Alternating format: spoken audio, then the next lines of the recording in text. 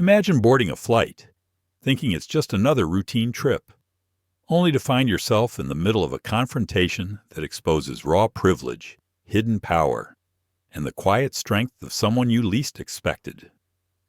That's exactly what happened on Flight 9, where a young white woman took the seat of Julian Carter, a calm and composed black CEO. But there's more than meets the eye. This isn't just about a stolen seat. Who really holds authority when appearances deceive? And what happens when dignity collides with entitlement at 35,000 feet? As tensions mount in first class, passengers watch a subtle battle unfold, silent gestures, calculated restraint, and internal debates that reveal the heart of character and courage. Julian's quiet authority contrasts with the impulsive arrogance of a passenger who assumes status can override fairness. And Naomi, a curious observer, begins to question not only the events she witnesses, but her own assumptions about power, race, and respect. This story isn't just about one flight. It's a reflection of society, our biases, and the moments that test integrity. Are we ready to confront what we see in ourselves when challenged? Hit like, share, and subscribe to join us as we dive into a story that will challenge your expectations and keep you on the edge of your seat. The boarding doors had just closed at Chicago O'Hare when Julian Carter stepped into the narrow aisle of Aurora Airlines Flight 726. His body carried the weight of 3 sleepless nights in Manhattan, endless meetings where he'd smiled, nodded, pitched, and defended the worth of Orion Dynamics, the technology giant he had built from scratch. Every room, every handshake, every presentation carried the same burden, proving himself, again and again, in spaces where he was still too often the only black man at the table. Tonight, all he wanted was rest, a chance to sink into seat 2A by the window, breathe in the silence above the clouds, and reset before tomorrow's board session in San Francisco. His boarding pass was crumpled slightly, the ink faint from the sweat of his palm, but the seat assignment was clear. 2A, first class, his seat, but someone was already there. A blonde woman in her early 50s sat with the ease of ownership, legs crossed, designer scarf draped neatly, phone in hand. Her manicure gleamed under the overhead lights as she scrolled through high-end property listings like she was browsing the morning paper. Without lifting her eyes, she reached for the glass of champagne on the armrest. A subtle sip, a signal that she was settled, comfortable, unmovable. Julian's voice, when it came, was smooth and confident, not aggressive, but firm enough to be heard over the shuffle of passengers stowing bags overhead. "Excuse me," he said, holding up his boarding pass as though it were a badge. "I think there's been some mistake." The woman, Catherine Whitmore, finally raised her gaze. Her blue eyes swept over him in a single practiced motion. It wasn't curiosity. It wasn't surprise. It was assessment. And in that instant, Julian felt it, that subtle calculation he had endured his entire life. The kind of look that asked, "What are you doing here? Who let you in?" "Oh," Catherine said, the syllable rolling off her tongue with condescension polished by years of privilege. "I'm sure we can work something out. Perhaps you could find another seat. I've already gotten quite comfortable here." Julian drew a slow breath. He was tired, bone-deep tired. He wore a black hoodie, dark jeans, and sneakers so understated most people wouldn't know they cost more than a month's rent. It was deliberate. After years of tailored suits and stiff ties, sometimes he wanted to move through the world in comfort. But comfort, he knew, came with conditions when you looked like him. "Ma'am," he said evenly, fighting down the familiar rise of frustration, "this is seat 2A. According to my boarding pass, my assigned seat." Catherine tilted her head, as if studying a piece of furniture she hadn't ordered. Her lips curled into a faint smile, more dismissal than courtesy. "Yes, I can see that," she replied, gesturing lazily toward his pass. "But surely you understand that mistakes happen. I'm an Aurora Platinum member, and I specifically requested a first-class window seat. I'm sure if you speak to the flight attendant, they can find you something more appropriate." The word hung heavy. Appropriate. Julian had heard it 1,000 times, wrapped in different packages. Appropriate for the meeting, appropriate for the fundraiser, appropriate for someone like you. Always code, always cutting. Around him, the first-class cabin stirred. A man in 1D pretended to check his phone, but tilted it to catch the reflection. A couple in row 3 whispered behind raised menus. Others deliberately looked away. The international sign for "not my problem." Julian glanced at his watch, a Philippe he had gifted himself after Orion's IPO. He didn't need the time. The gesture steadied him, reminded him of what he had built, of the lives and futures tied to the emails still waiting on the laptop in his bag. Contracts, innovations, whole industries shifting under his direction. None of it mattered now, in this moment, to Catherine Whitmore. He was simply another black man who had wandered into the wrong place. "I understand your concern," Julian said carefully, each word measured. "But this is my seat. I'd appreciate it if you checked your boarding pass for your correct assignment." Catherine laughed. A sharp sound. Cutting. Dismissive. "My dear, I think you're confused about how things work here. This is first class. Not." She let her eyes travel deliberately down his hoodie and jeans. Not where people usually dress so casually. The implication struck like a slap, though Julian kept his expression steady. He had faced worse in conference rooms, in interviews, in the subtle pauses before someone shook his hand. It was always the same. The assumption that he didn't belong, that his credentials must be a mistake, that his presence was temporary, fragile, conditional. What Catherine didn't know, what no one in this cabin yet knew, was that Julian Carter wasn't just another passenger.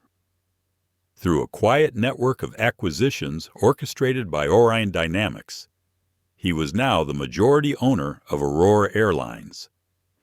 67% of every plane, every seat, every boarding pass, including the one Catherine was dismissing. But he had learned long ago, never reveal power too early. Better to let people show who they really were when they thought there would be no consequences.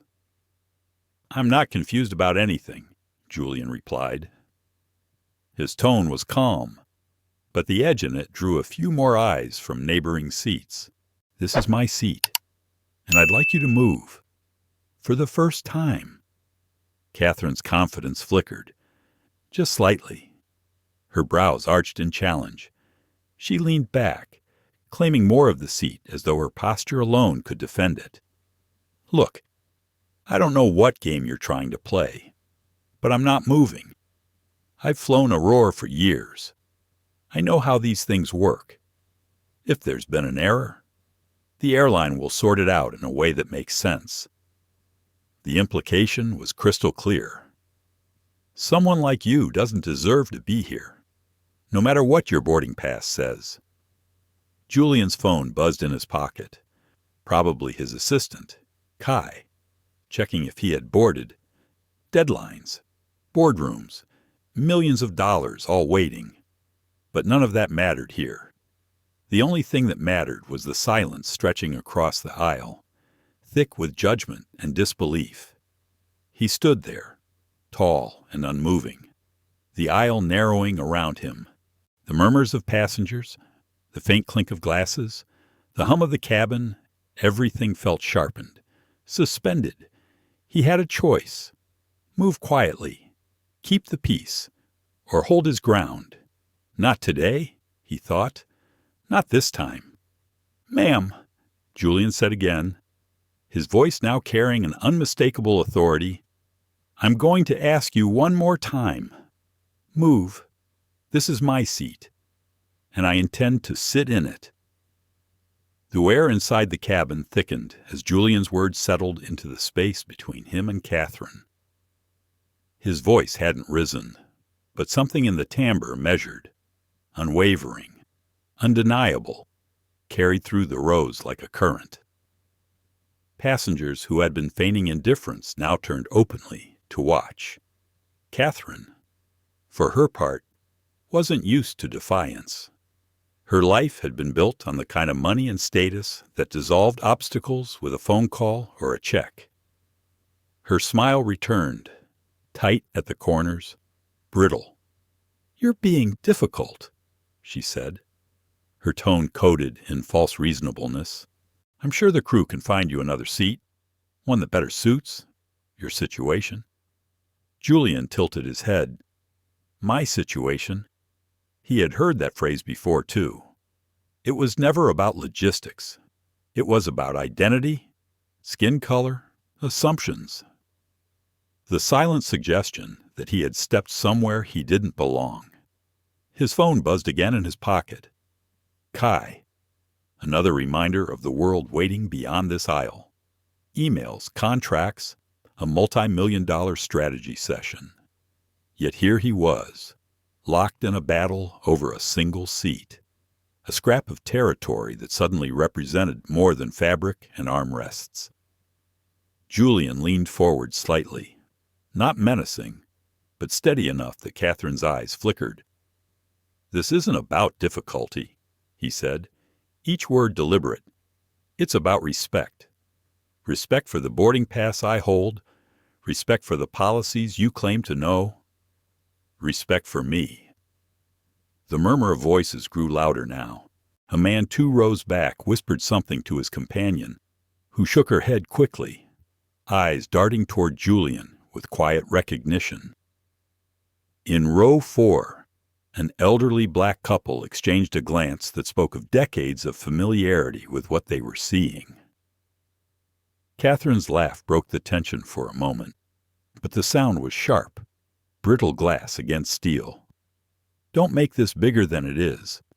You're trying to turn a simple mix-up into some kind of crusade. I'm sure you think you're making a point. But this is first class. Mistakes happen. Someone like you shouldn't overreact." The phrase slid into the air like poison. Someone like you. Julian felt the words ignite something in his chest. Not rage, something colder, focused. The kind of fire he had learned to channel in boardrooms where entire industries had tried to dismiss him with that same phrase. "Someone like me," he repeated, his voice quiet, but carrying. "Tell me, Mrs. Whitmore, what exactly do you mean by that?" A hush fell. Every passenger now was listening, some holding their breath, others shifting uncomfortably under the weight of implication. Catherine hesitated. Her lips parted, then closed. For the first time, the lines of her privilege faltered. She glanced around, suddenly aware of the dozens of eyes fixed on her. But retreat was not in her vocabulary. She leaned forward, lowering her voice to what she must have thought was a reasonable tone, but still loud enough for those nearby to hear. "I mean, you don't look like you belong here. Dressed like that. Acting like this. It doesn't fit." There it was, stripped of politeness, naked, unguarded bias. Julian inhaled deeply, grounding himself. His internal voice whispered the options. You could sit in another seat. Let it pass. Keep the peace, like you've done 1,000 times before.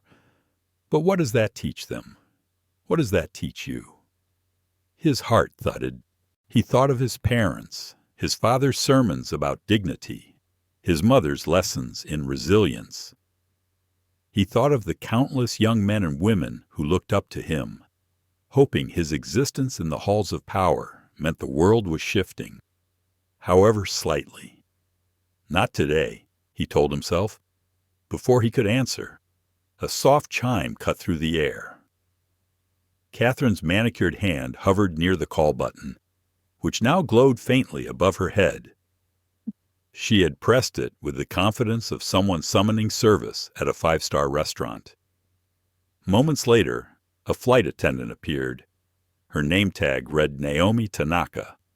She was young, polished, her black hair swept neatly into a bun, the kind of composure that came from training, not from instinct. Her eyes flicked between Julian and Catherine, then dropped quickly to the boarding pass in Julian's hand. "Good evening," Naomi said, her voice practiced.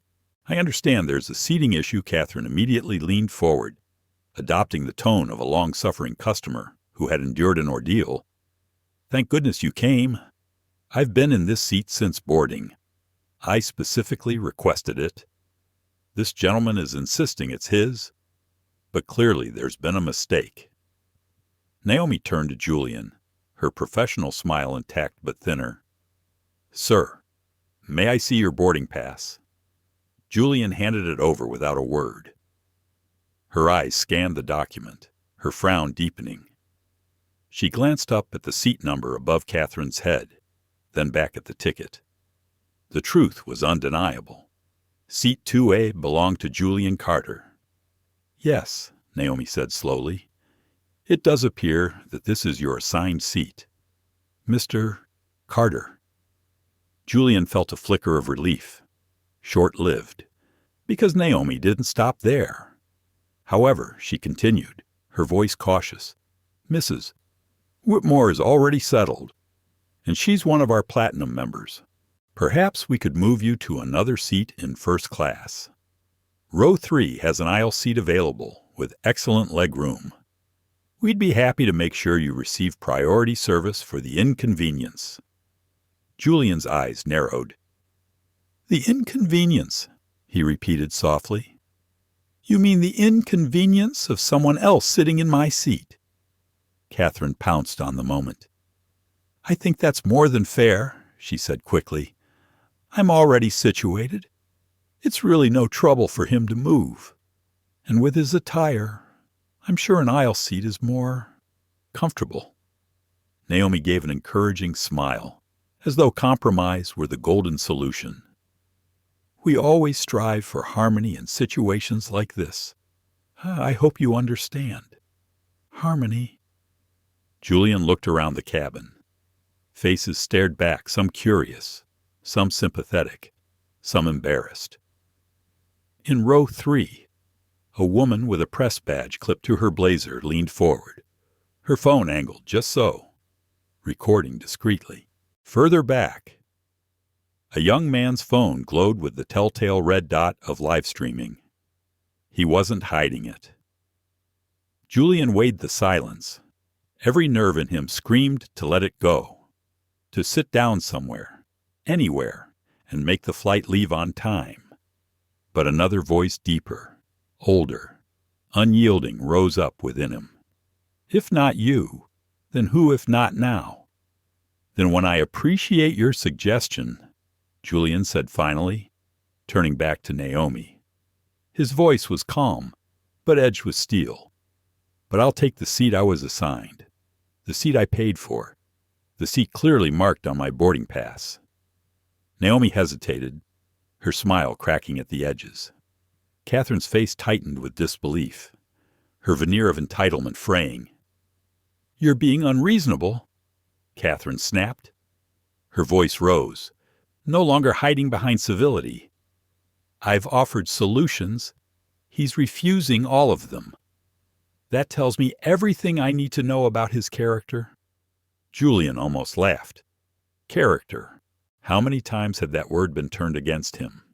Character as code for obedience, for deference, for knowing when to disappear. "My character," Julian said, voice low, deliberate. "Tell me, Mrs. Whitmore, What exactly does my character have to do with your refusal to leave my seat for the first time? Catherine faltered, her lips parted, but no answer came. She pressed them together, frustrated. Then, with a sharp movement, she raised her hand higher, pressing the call button again. The chime echoed louder this time, as though summoning not just a flight attendant, but the weight of authority. Naomi glanced nervously toward the front of the cabin. "Perhaps I should get the captain involved," she murmured. Catherine's smile returned.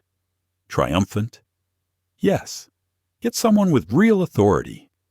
Maybe he can explain to this man how things work up here." Julian exhaled slowly, his heartbeat steady. He nodded once. "By all means." He said, "Let's get someone with authority involved." The words carried a quiet irony. No one yet knew just how much authority Julian Carter truly held. The cabin seemed to shrink as Naomi hurried to the front. Julian remained standing in the aisle, one hand on his carry-on, the other still holding his boarding pass as though it were a shield. Catherine lounged back in the seat that wasn't hers, her expression the smug calm of someone certain that the universe had tilted in her favor. She picked up her glass again, swirling the champagne like a victor at the end of a duel. "You'll see," she said under her breath, just loud enough for Julian and the nearest passengers to hear. "The captain will handle this. They know who their real customers are." Julian didn't answer. He kept his eyes steady on the window beyond Catherine's head, watching the last luggage truck pull away from the belly of the plane. He thought about the irony of it all. Years building systems to make Aurora Airlines run more efficiently, more profitably, more fairly. And here he was fighting for one square of leather in row 2. Catherine cleared her throat as if announcing herself to the entire cabin. "I don't usually have to deal with this sort of nonsense," she said, projecting her voice like an actress on stage. "But these days, it seems anyone can buy a ticket and think they're entitled to everything." A ripple of discomfort passed through the cabin.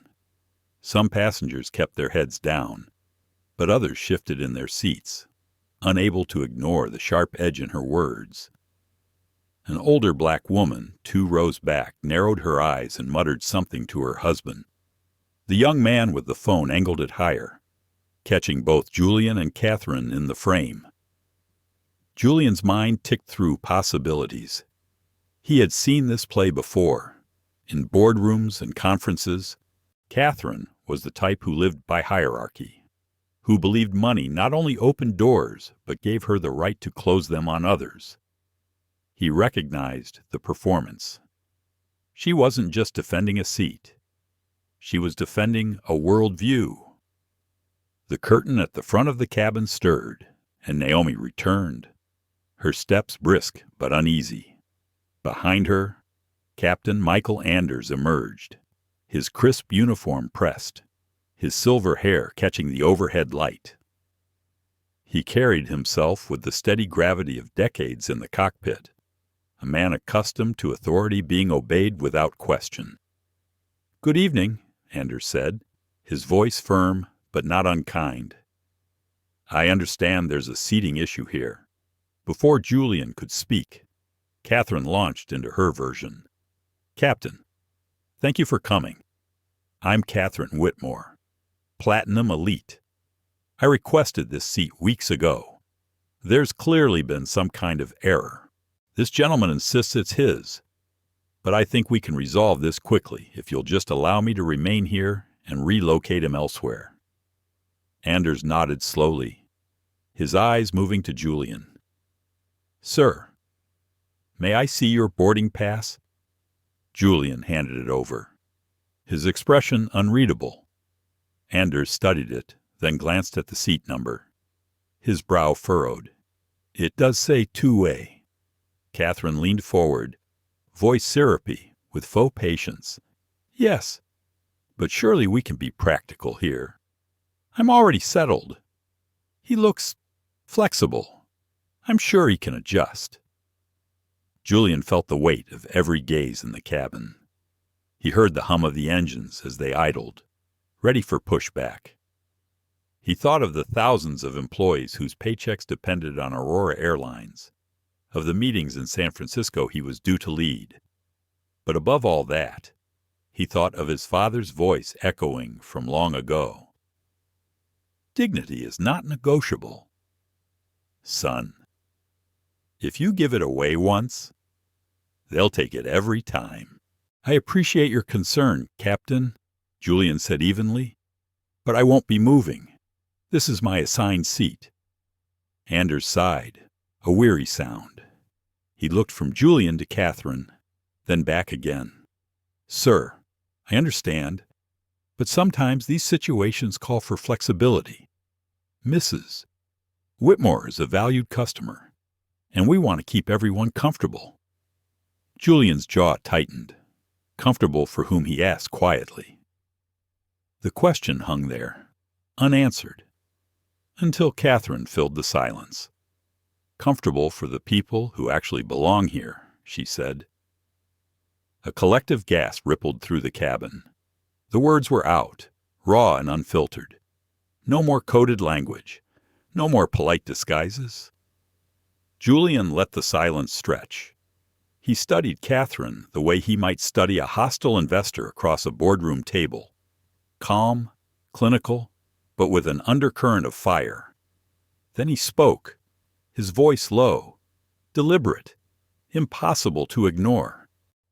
Captain, is it Aurora policy that Platinum members can take any seat they want, even if it belongs to someone else? Anders shifted uncomfortably. No, sir, that's not policy. Is it Aurora policy? Julian pressed, his voice gaining quiet strength. That passengers can decide who does and doesn't belong in first class. Anders' mouth opened, then closed. The cabin was silent except for the faint buzz of Tyler's phone as comments poured into his live stream. Thousands of viewers were now watching. The hashtag #Seat2A began flashing across screens far beyond the fuselage. Catherine's confidence cracked. This is ridiculous, she snapped. You're turning a simple seating error into some kind of social issue. He's making a spectacle out of nothing. Julian finally lowered his carry-on into the overhead bin, his movements unhurried. He turned to Catherine, his eyes steady. You made it into a spectacle when you decided my presence here was negotiable, when you decided your comfort was more important than my dignity.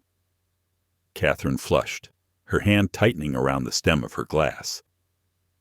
I don't have to sit here and be accused of things. Captain, remove him.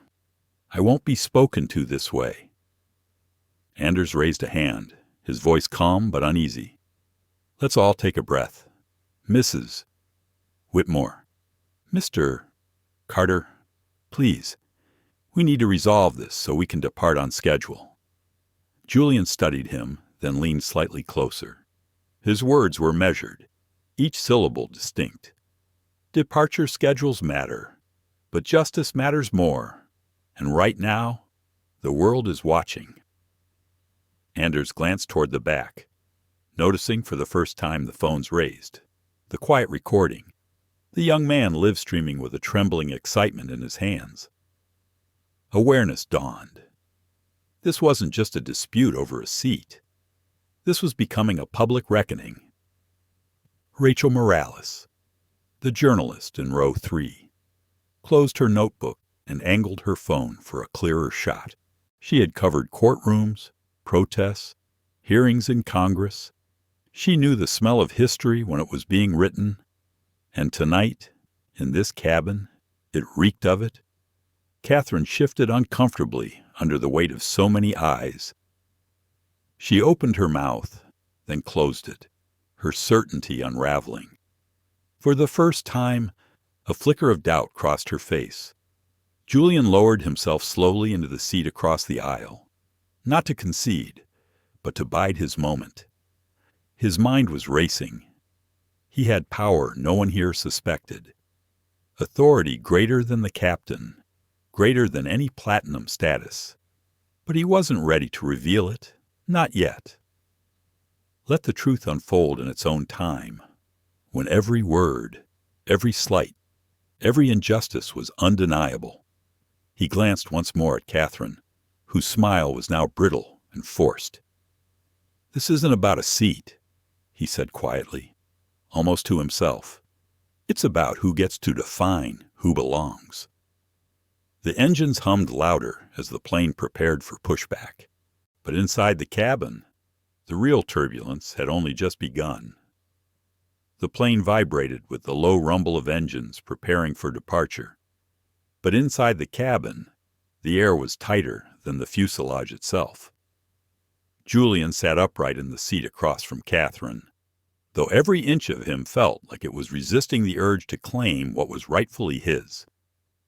He knew he could end this now with a single revelation, but something deeper pressed him to wait.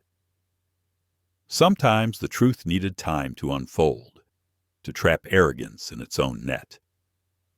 Naomi lingered nearby, her hands clasped in front of her like a student waiting for instructions. She looked at Julian with a kind of nervous sympathy, but also at Catherine with the instinctive deference given to high-status passengers. Julian caught it immediately. That tilt of the body, that measured patience Naomi was leaning toward Catherine's comfort. The older black couple in row 4 exchanged knowing glances. They had flown enough times to see the choreography. Keep the loud customer happy, even if it means nudging the quieter one to sacrifice. The husband shook his head and muttered, "Same story every time." Catherine shifted in the seat, her handbags arranged like trophies marking territory. She smoothed her skirt and shot Julian a glance dripping with disdain. "I really don't know why you're making such a fuss," she said. "It's just a seat." "If you weren't so desperate to prove something, we could have been in the air by now." Julian inhaled slowly, forcing his chest to rise and fall with control. He wasn't desperate to prove something. He was desperate not to repeat history. He thought of his father, who had once been forced to give up a bus seat in Georgia decades earlier. Julian had grown up on those stories, the sharp edge of humiliation, the quiet rage of dignity denied, and now, at 41 years old, with a company that spanned continents, he was staring down the same script rewritten in the polished cabin of first class. Captain Anders stood in the aisle, torn between authority and appeasement. "Mrs. Whitmore," he said carefully, "we do need to consider that Mr. Carter's boarding pass clearly lists 2A. The airline assigned seats for a reason." Catherine's laugh was sharp, brittle. "Captain, with all due respect, I know how these things work. I've been a platinum elite for 15 years. I practically live on your planes. If there's a conflict, you accommodate status passengers. That's how it's always been done." Anders hesitated. He had, in fact, been trained to prioritize elite customers. He had, more than once, asked a coach passenger to move forward or back to make room for a frequent flyer. But this was different. The seat wasn't Catherine's. The boarding pass was undeniable. Still, his eyes flicked toward Naomi, searching for an easy solution, some way to avoid confrontation. Julian caught that flicker and felt a familiar sting. Authority too often bent toward convenience, not justice. His inner voice spoke again. "Say it. Julian, end this. Tell them who you are." But another voice pushed back, the strategist within him. "Not yet. Let them reveal themselves. Let the world see." Tyler, the young man with the phone, leaned forward, whispering to the Latina journalist in row 3. "We're up to 3,000 live viewers. The chat is blowing up. They're calling it Seatgate. Rachel Morales, seasoned and calm. scribbled in her notebook. She murmured without looking up. This isn't just a seating dispute anymore. It's a parable. Watch how it unfolds. Julian glanced around. Every face told a story. The couple in row 4, weary but supportive. Tyler, eyes wide with the thrill of viral fame. Rachel, steady hands catching every word for a future article. And Catherine, shifting between smug confidence and prickling doubt, still clinging to the belief that hierarchy would protect her. Naomi cleared her throat. Captain, perhaps Mr. Carter could take 3C? It's spacious, with more legroom. I'll personally make sure he receives complimentary service for the inconvenience. Her smile was polite, practiced, but Julian heard the subtext loud as thunder be the reasonable one, the flexible one, the one who yields. Julian tilted his head, his gaze piercing through the veneer. Naomi, let me ask you something. If I were dressed in a suit and tie instead of jeans and a hoodie, would you still suggest I be the one to move? Her cheeks flushed. She stammered. Sir, that's not... I didn't, because I have a boarding pass. Julian continued, voice even but rising with intensity. I followed the rules. I paid the fare. I did everything required. And yet, somehow, I'm the one being asked to adjust. He leaned closer, his words sharp but calm. Why is that? The question cut through the cabin. Naomi froze. Catherine smirked, sensing cover. Oh, don't play the victim card, she sneered. This is about logistics, not identity. Nobody cares what you're wearing. But the older woman in row 4 spoke up, her voice steady, carrying decades of truth. We all know what this is about. Her husband placed a gentle hand on her arm, but she didn't stop. I've lived through it long enough to recognize it. I see it. The silence that followed was heavier than steel. Even Captain Anders seemed to shrink. He shifted his weight from foot to foot, suddenly aware that whatever he decided here would not stay confined to a cabin. It would spill into headlines, social feeds, and boardrooms. Julian closed his eyes for a brief second. His heart hammered. Part of him wanted to scream, to shake the cabin into seeing what was plain. Another part wanted to retreat, to let it pass, to protect the company from a spectacle. But then he remembered his assistant's text, still buzzing in his pocket earlier that day. Board meeting at 2 p. Pacific. Need you on the ground by noon. Everything okay? He almost laughed at the irony. No, everything was not okay. Everything was burning. Catherine leaned forward, her tone syrupy but sharp. You see, this is exactly what I meant. He's trying to turn this into a racial issue. He wants a scene, maybe a payout. I've flown long enough to recognize the game. Julian opened his eyes. Calm again. Cold, even. The only game here, he said, is you pretending rules don't apply to you. Rachel's pen scratched faster.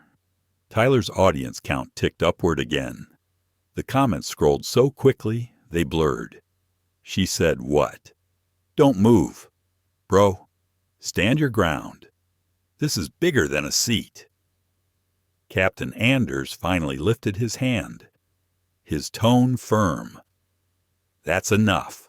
We're going to resolve this before we push back. Mrs. Whitmore, please provide your boarding pass so I can confirm your seat assignment. Catherine hesitated, eyes darting. Then she reached into her designer purse, rifling through receipts, business cards, glossy property brochures. She pulled out a crumpled slip and handed it over. Anders unfolded it, read it once, then twice. His jaw tightened. Mrs. Whitmore, he said slowly. This ticket is for seat 4D. The cabin stirred. Gasps, murmurs. A few whispers of unbelievable. Tyler angled his phone to capture the captain's expression, the slip of paper trembling in his hand. Catherine's face blanched, but she recovered quickly, her smile snapping back like armor. There must be a mistake. He specifically requested 2A when I booked. Anders shook his head. Your boarding pass clearly states 4D. There's no error here. Julian exhaled, steady, calm. He had known it all along. The truth was inevitable. Still, the captain's hesitation earlier, the flight attendant's suggestion it had already revealed everything he needed to see. Catherine crossed her arms, her voice shrill now. Well, I'm not moving. If this airline values my loyalty, you'll make this right. Julian leaned back slightly, folding his hands in his lap. The strategist inside him smiled. Let it build. Let her cling harder. The fall would be all the sharper when gravity caught up. And as the engines hummed, as the cabin held its collective breath, Julian Carter knew the real turbulence was still to come. The tension in the cabin felt alive, as if the plane itself had drawn a breath it could not release. Captain Anders still held Catherine's boarding pass in his hand, the ink on it as clear as the facts. Seat 4D, not 2A. Yet Catherine's posture was as rigid as ever. Her arms folded, chin lifted like a queen awaiting courtiers to defend her crown. Julian sat quietly across the aisle. His calm more unnerving than anger. His silence was deliberate, chosen. It forced the weight of Catherine's defiance to echo against the truth everyone could see. But inside his chest, his heart drummed against his ribs, each beat reminding him how close he was to revealing everything, to ending the charade with a single sentence. Not yet, he told himself. Let it play out. Let the world witness. Naomi returned with a tray, her professional smile painted back into place. Mrs. Whitmore, Mr. Carter, she said softly. May I offer some additional champagne while we sort this out? It was a classic tactic smooth the surface, drown tension in bubbles. Catherine accepted her glass with triumphant flair, sipping as if nothing had been decided. Julian declined, his eyes locked on Naomi. You've seen the boarding pass, he said quietly. What else is there to sort out? Naomi faltered, lowering her eyes. We want all our guests to feel satisfied, she murmured. Satisfied. A word that was safe, neutral, bloodless. But in that moment, Julian heard what she didn't say. Satisfied, even if it costs you your dignity. Catherine set her glass down with a clink. Exactly. Thank you. Naomi. See, the crew understands. They value loyalty. They value people who matter. Her words cut through Julian like ice. People who matter. His mind spun with memories hotel lobbies where he had been mistaken for a porter. Board meetings where his ideas were dismissed until repeated by someone else. Even childhood classrooms where teachers assumed his brilliance must be copied from another student. Every moment whispered the same poisonous refrain. You don't matter. He thought of the thousands of employees working under Aurora's logo, people who didn't know he quietly held the reins. He thought of young entrepreneurs of color who looked to him as proof that success was possible, even in a world that doubted them. He clenched his jaw. This was bigger than him. Catherine leaned toward the captain. Surely you don't expect me to give up this seat after all these years of loyalty? Look at him. He'll be fine in row 4. It's just a chair. Why make a scene?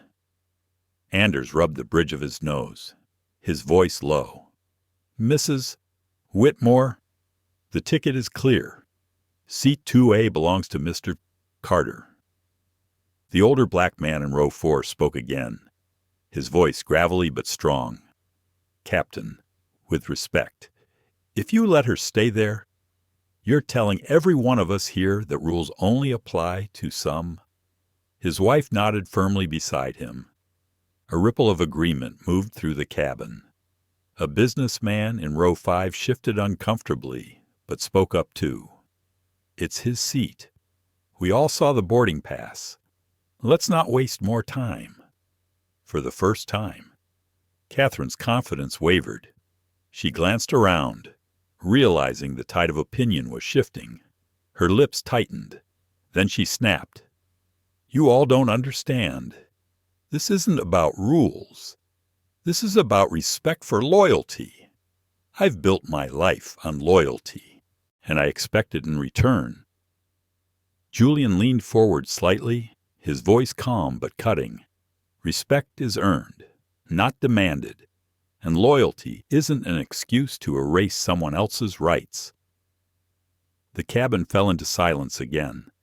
Naomi shifted nervously, clutching her tray like a shield. Finally, she looked at Julian, her expression caught between apology and fear. "Mr. Carter," she said, her voice gentle, "please understand. If you take 3C, we can leave on time, avoid escalation, and you'll still be in first class. Sometimes it's easier to just move on." Julian's eyes narrowed. Easier for whom? The words landed like a hammer.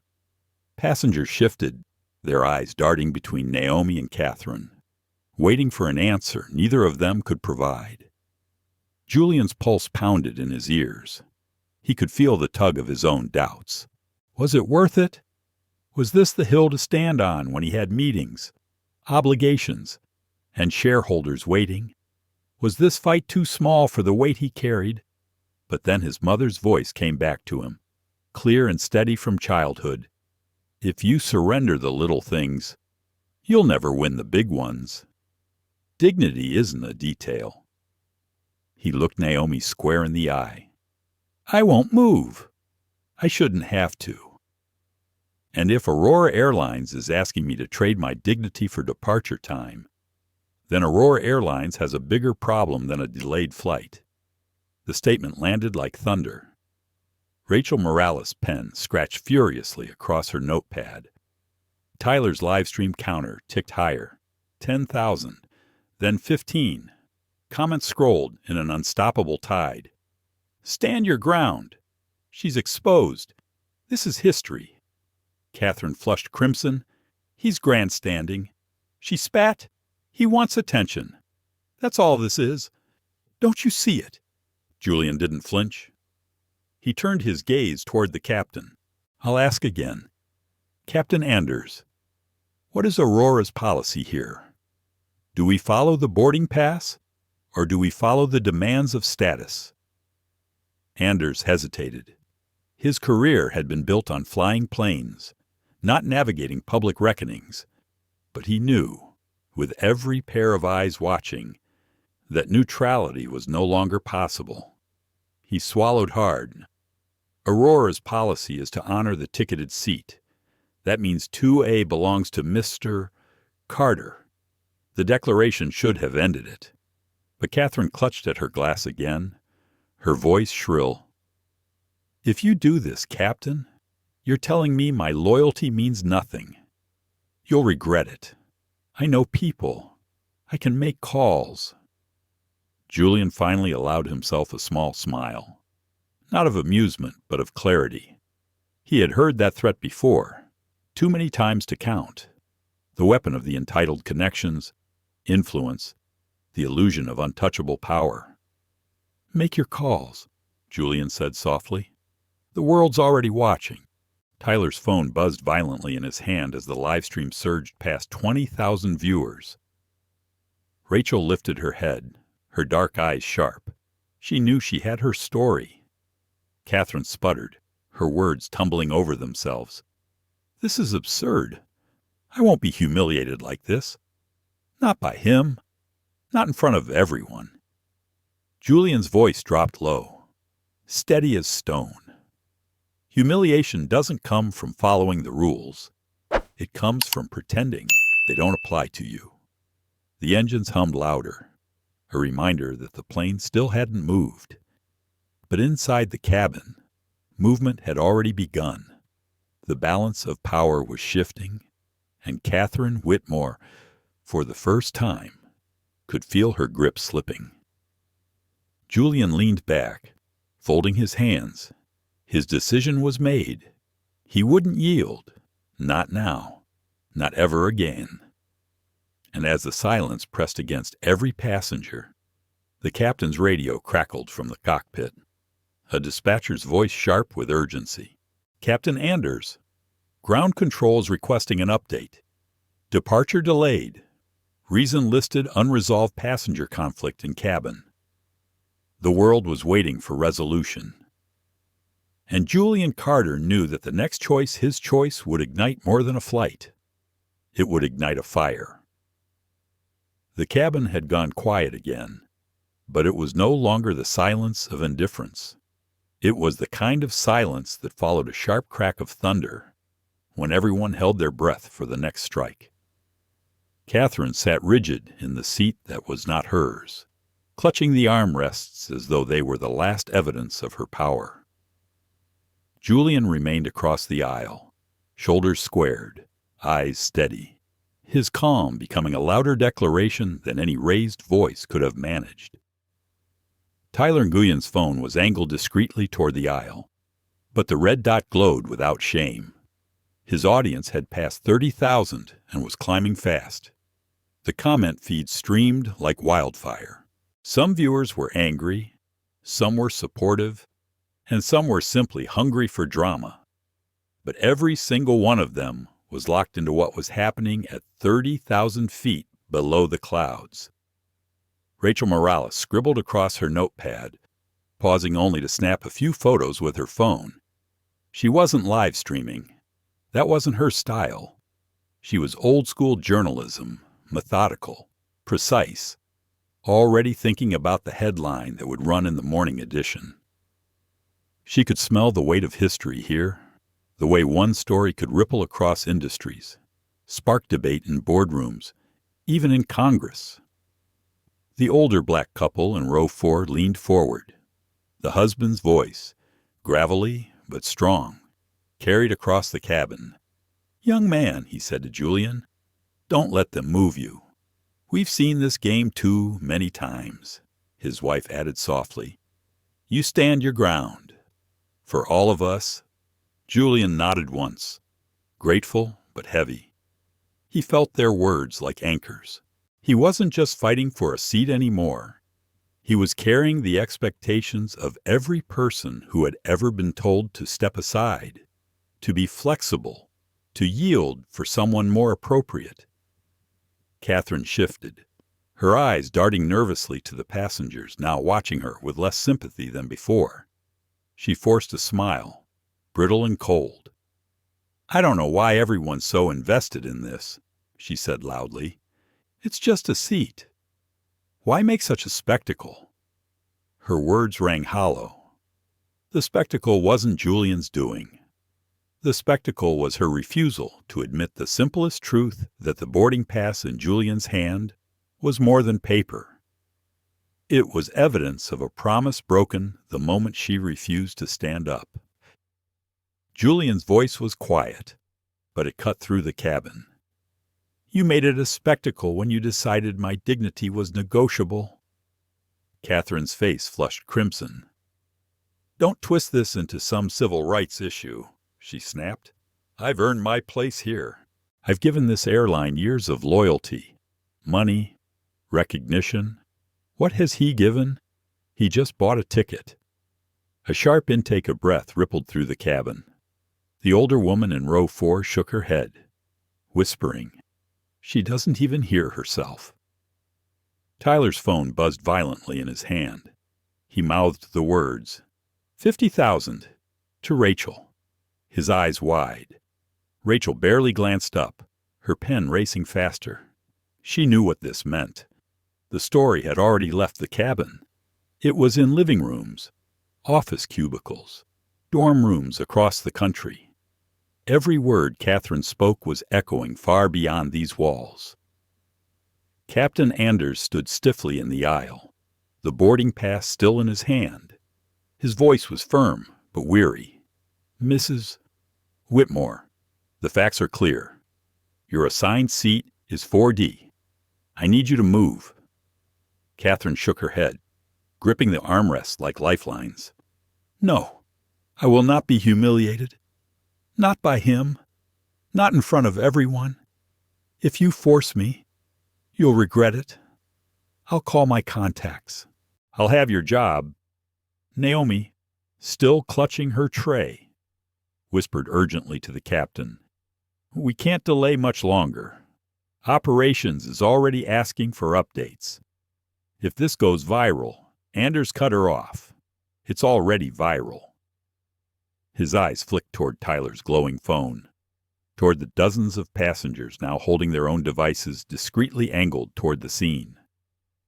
He exhaled heavily. A man who had flown through storms, but never one quite like this. Julian sat still, letting the storm swirl around him.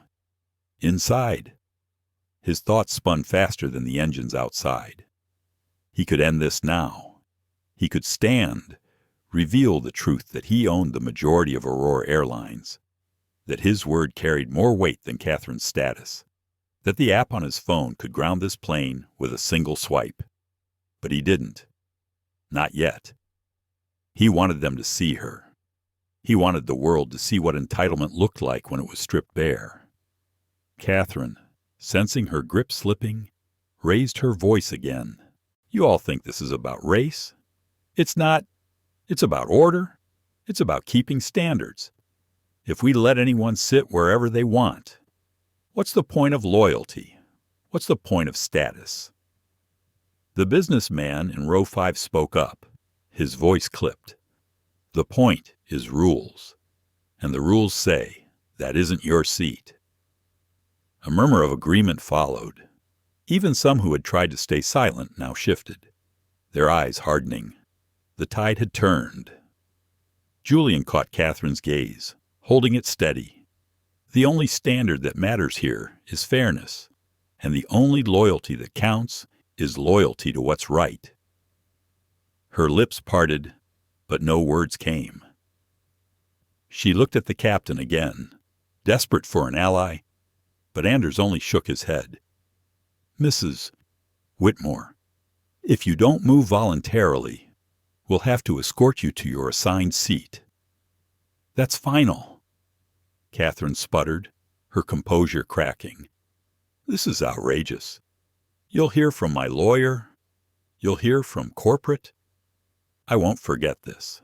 Julian leaned back, his face unreadable. Inside, though, his thoughts burned. He had waited long enough. He had given her every chance to step down with grace, to admit her error. She hadn't taken it. And now, as the phones captured every word, every gesture, he knew the time was coming to reveal the truth. Tyler's live stream counter passed 60,000. Comments poured in faster than he could read them. Some were furious, some incredulous, some celebratory. But one comment repeated again and again, a phrase that echoed the quiet dignity of Julian's silence. "Hold the seat. Hold the line." Julian closed his eyes for a moment, centering himself. He felt the hum of the engines through the floor, the stale recycled air pressing against his skin, the collective heartbeat of a cabin holding its breath. When he opened them again, his decision was clear. The next move would be his. For now, he let the silence speak for him. The plane sat still on the tarmac, engines humming like a restless animal caged. The air inside the cabin was charged, as though static electricity danced invisibly between every row. Conversations had quieted to murmurs. People leaned in, eyes wide, waiting for the inevitable explosion. Catherine Whitmore remained in seat 2A, her hands clenched white around the armrests. She was not just holding the seat, she was holding her entire identity. Her belief that power was hers by default, that the world bent toward her comfort. Her lips trembled, though she tried to mask it with a tight smile. Julian Carter sat across the aisle, posture tall but calm, his gaze fixed on Catherine. Outwardly, he looked composed, almost serene, but inside, his thoughts swirled in restless currents. He was tired of moments like this, tired of the second-guessing glances, the quiet exclusions, the subtle tests of whether he belonged. And yet, he reminded himself, this was more than personal irritation. This was a mirror of the world, reflected back in one seat on one flight. Rachel Morales tapped her pen against her notebook, then spoke loudly enough for those around her to hear. The fact is simple. The boarding pass shows 2A belongs to Mr. Carter. Anything else is obstruction. She didn't address Catherine directly. She spoke as though giving a report. Her words clipped and objective, but everyone understood the subtext. Tyler Guyen, gripping his phone, whispered numbers to himself like a mantra. 70,000, 75, 80. His stream was climbing faster than even he expected. The comments now flew so quickly he could only catch flashes. She's caught. Don't back down. History in real time. The older black couple in row 4 clasped hands. The wife whispered, Lord, let him be strong. The husband, his jaw set, whispered back, he already is. Catherine exhaled sharply, then raised her voice. Do you people really want to delay this flight because of one man's stubbornness? The phrase hung heavy in the air. This time, no one missed it. Murmurs spread like ripples in a pond. Some passengers gasped. Others shook their heads. Catherine seemed to realize too late what she had said, her face flushing as she scrambled to cover. I didn't mean it that way. I meant passengers, travelers, everyone. Rachel's pen scratched furiously. Tyler tilted his phone closer, capturing Catherine's discomfort in high definition. Julian's voice emerged soft, but its softness carried more weight than a shout. You said exactly what you meant, and everyone here heard it. Catherine's head jerked up, her eyes flashing with something between fear and fury. How dare you twist my words? I've flown Aurora for 12 years. I've earned my place here. I shouldn't be forced to move for someone trying to make a scene. Julian tilted his head, calm still anchoring him. I didn't make a scene. Mrs. Whitmore, you did when you sat where you didn't belong and refused to leave. The businessman in row 5 leaned forward. He's right. Enough is enough. We all have connections. We all have meetings. But rules are rules, and you're not above them. Catherine's jaw tightened. Don't lecture me. I've contributed more to this airline than any of you. Naomi Tanaka stepped closer, her voice shaking but firm. Mrs. Whitmore, if you don't move to your assigned seat immediately, I will have no choice but to call security to escort you off the aircraft. Catherine's laugh was sharp, unhinged. Security for what? For sitting in a chair. You think Aurora will dare humiliate me like that? I know, directors, board members, donors. I will have your badge by morning. Naomi froze, her cheeks burning. Catherine's words stung because they carried the weight of truth. People like Catherine had ruined careers with a phone call before. Julian saw Naomi's hesitation. He saw the fatigue in Captain Anders' eyes, the way authority bent under pressure when the pressure came dressed in entitlement. He thought of all the times he'd watched people like Naomi bear the burden of compromise. His chest tightened. He couldn't let her take the fall. He stood slowly. The motion itself made the cabin lean forward. All eyes locked onto him. Catherine's breath caught in her throat, as though she feared what was coming, but couldn't look away. Julian's voice carried a quiet power. "I will say this once. Mrs.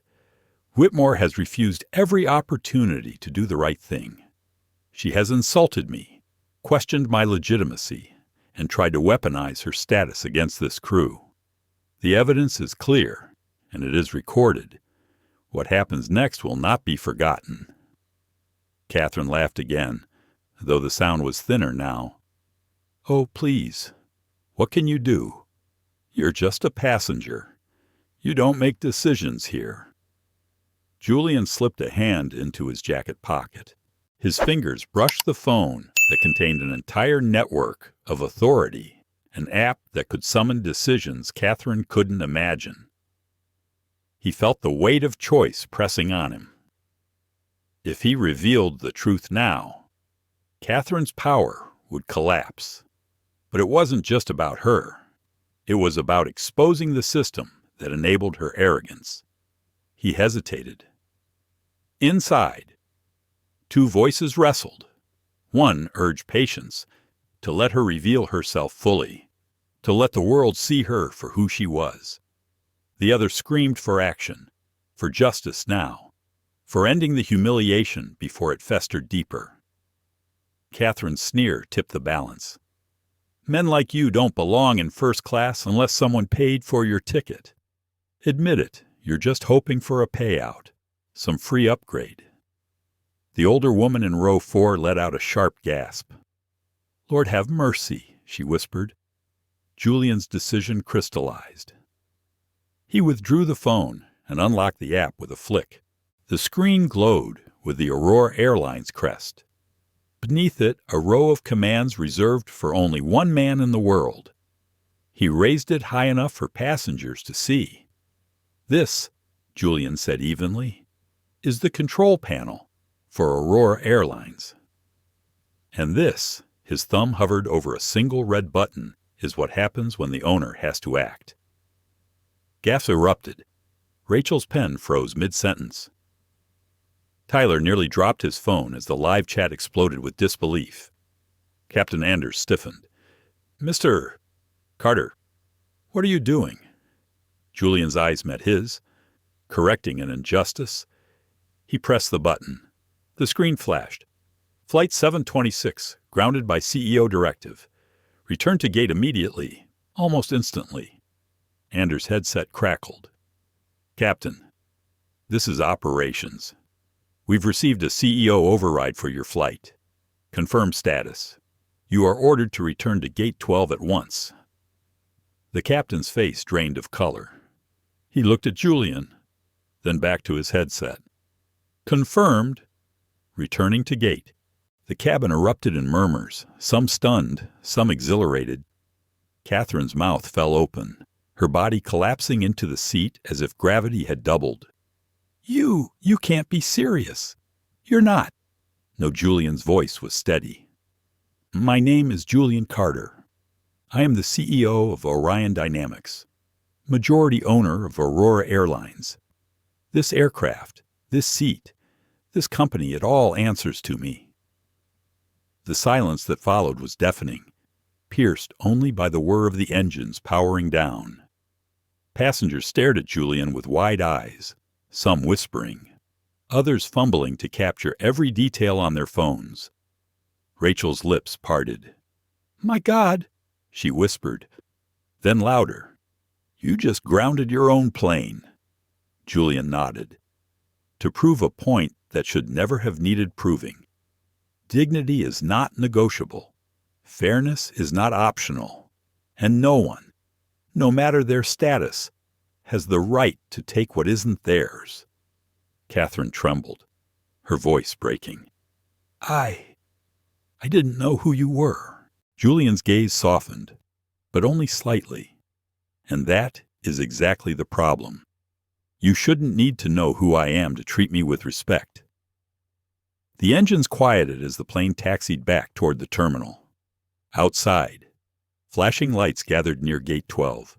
Inside, the cabin held its collective breath. aware they were part of something far larger than a delayed flight. Julian returned to his seat, boarding pass still in hand, his face unreadable. Inside, though, he felt a storm breaking. The moment he had avoided for so long stepping fully into the role of enforcer, not just leader, had arrived. And the world, watching through thousands of screens, would never look at him the same way again. The jet bridge door opened with a hollow clang as the aircraft rolled to a stop at Gate 12. The cabin lights brightened, washing over rows of anxious faces. Some passengers exhaled in relief, others whispered in disbelief, and many kept their phones trained on Julian Carter, as though they were afraid to blink and miss history unfolding. Catherine Whitmore remained stiff in seat 2A, her hands trembling now despite her stubborn posture. She had not moved, not even when the captain announced the diversion back to the terminal. Her lips pressed into a thin line, the look of someone who had spent her life being obeyed and could not fathom what disobedience felt like.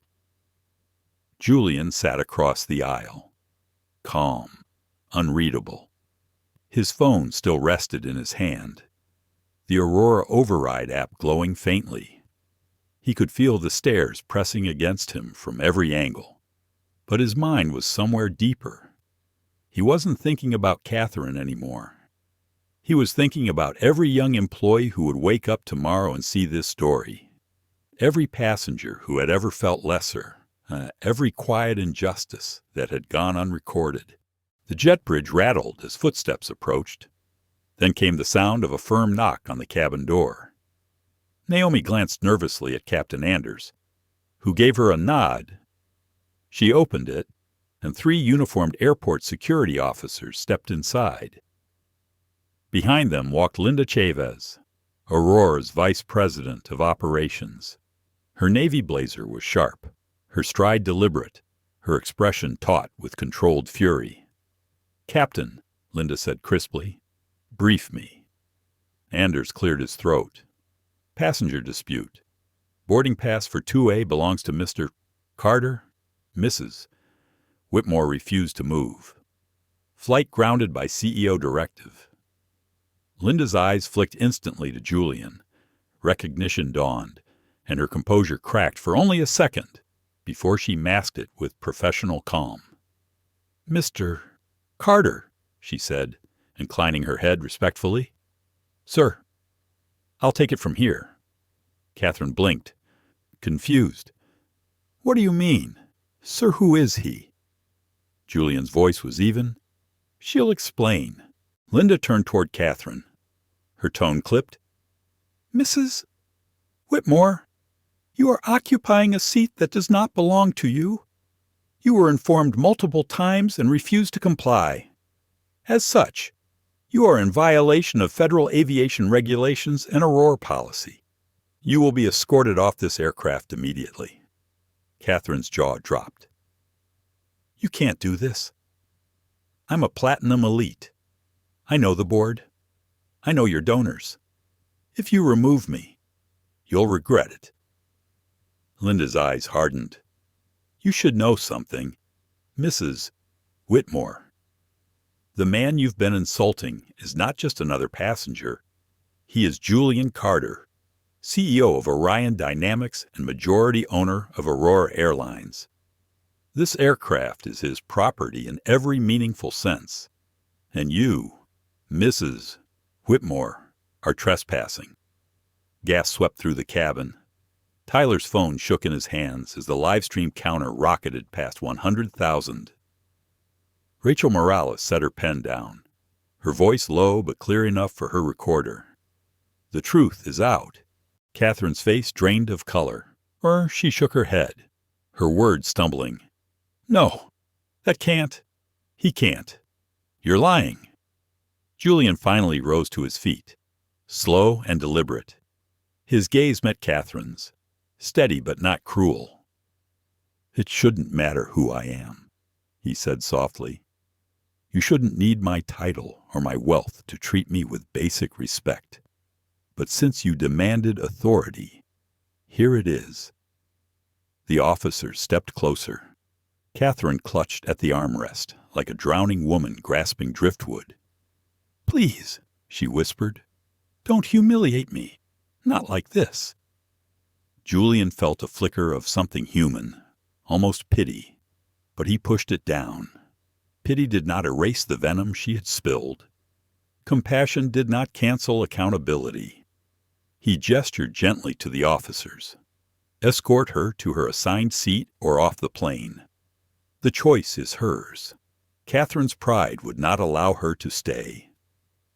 She rose shakily, her designer scarf slipping from her shoulder. Passengers' eyes followed her every step down the aisle as the officers guided her out. Some whispered words she could not hear. Others recorded in silence. Her exit was not quiet. It was historic. When the door closed behind her, a collective exhale rippled through the cabin. Some passengers clapped softly. Others simply looked at Julian with awe, as though they had been in the presence of something larger than themselves. Linda Chavez turned to Julian. "Mr. Carter, on behalf of Aurora Airlines, I offer my deepest apologies for what you've endured. I will be making a full report, and immediate disciplinary action will follow. Do you wish to continue this flight, or would you prefer we rebook you privately?" Julian shook his head. "The flight will continue. These passengers deserve to get where they're going, and I'll sit in the seat that was mine all along." He moved toward 2A. The cabin hushed again as he lowered himself into the window seat. The leather cooled beneath him. For the first time since boarding, he allowed himself to exhale. But his mind was still restless, his heart heavy with the weight of what had just unfolded. Rachel Morales stood briefly. "Mr. Carter," she said, voice steady, "may I ask one question?" For the record, Julian turned his head, his eyes calm but sharp. "One?" Rachel lifted her pen. "Why ground the plane? Why take it this far?" Julian's gaze swept the cabin, over every passenger, every phone, every witness. "Because dignity isn't negotiable," he said. "Because if I'd moved, if I'd yielded, it would tell every person here that entitlement wins and respect is conditional, and I won't allow that. Not on my airline, not on my watch." The cabin fell silent again, but it was a different silence now. Not tense, reverent, the kind of silence that follows when truth has been spoken and nothing more needs to be said. Outside, flashing blue and red lights faded as ground crew cleared the area. Inside, the engines hummed back to life. But the passengers knew they weren't just flying to San Francisco anymore. They were flying into a storm of headlines, a story that would echo far beyond Gate 12. Julian rested his head briefly against the seat, his eyes closing. He could already hear the roar of tomorrow board meetings, media calls, public statements, but for now, he allowed himself one fleeting moment of stillness. The storm had broken, and he was ready. The engines hummed steadily as Aurora Flight 417 climbed back to cruising altitude, the gentle vibration through the cabin almost soothing after the storm of chaos at the gate. Julian Carter leaned back in his seat, window shades slightly open so the afternoon sunlight brushed across his face. He felt the weight of hundreds of eyes still on him, some curious, some sympathetic, some still tinged with judgment. Tyler. The young man seated in 2C hesitated before speaking. "Mr. Carter. I mean, Julian," he said, his voice barely audible. Do you think people like her Catherine will ever understand?" Julian looked out the window at the blur of clouds stretching to the horizon. "Understanding isn't what we're owed, Tyler. Accountability is. Respect isn't a gift. It's a standard. He turned his gaze to the aisle, scanning the rows of passengers who were now settling back into their seats. Many were quiet, lost in their own thoughts after witnessing the confrontation. Naomi, seated across from him in 2B, fidgeted with the edge of her notebook. "Sir, Julian," she said cautiously, "what was going through your mind when she refused to move?"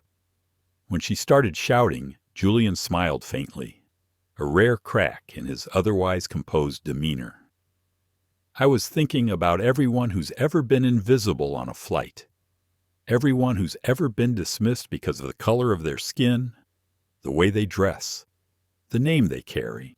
I felt every one of them in that moment." Naomi blinked, her pen poised but unused. She had expected a CEO's cold pragmatism, not this raw honesty. It must have been terrifying to confront her like that. She admitted softly. "It was," Julian said, "but it was necessary. Fear is a small price to pay for dignity. And yes, there was fear, but there was also clarity. I had to make sure no one else on this flight or anyone watching from home thought they had the right to humiliate me, or anyone else, without consequence." From the back of the cabin, Rachel Morales lowered her recorder slightly and leaned in. "Julian, people are going to share this story for years. Some will cheer, some will criticize. Are you prepared for the backlash?" Julian chuckled quietly. "I've been preparing for a lifetime. Leadership isn't about popularity. It's about courage. It's about showing the people you serve that their safety, their dignity, their right to exist without harassment, these things aren't negotiable." Meanwhile, in the first-class galley, Linda Chavez spoke quietly with the cabin crew. "We need to ensure that every passenger feels safe for the rest of this flight," she said firmly.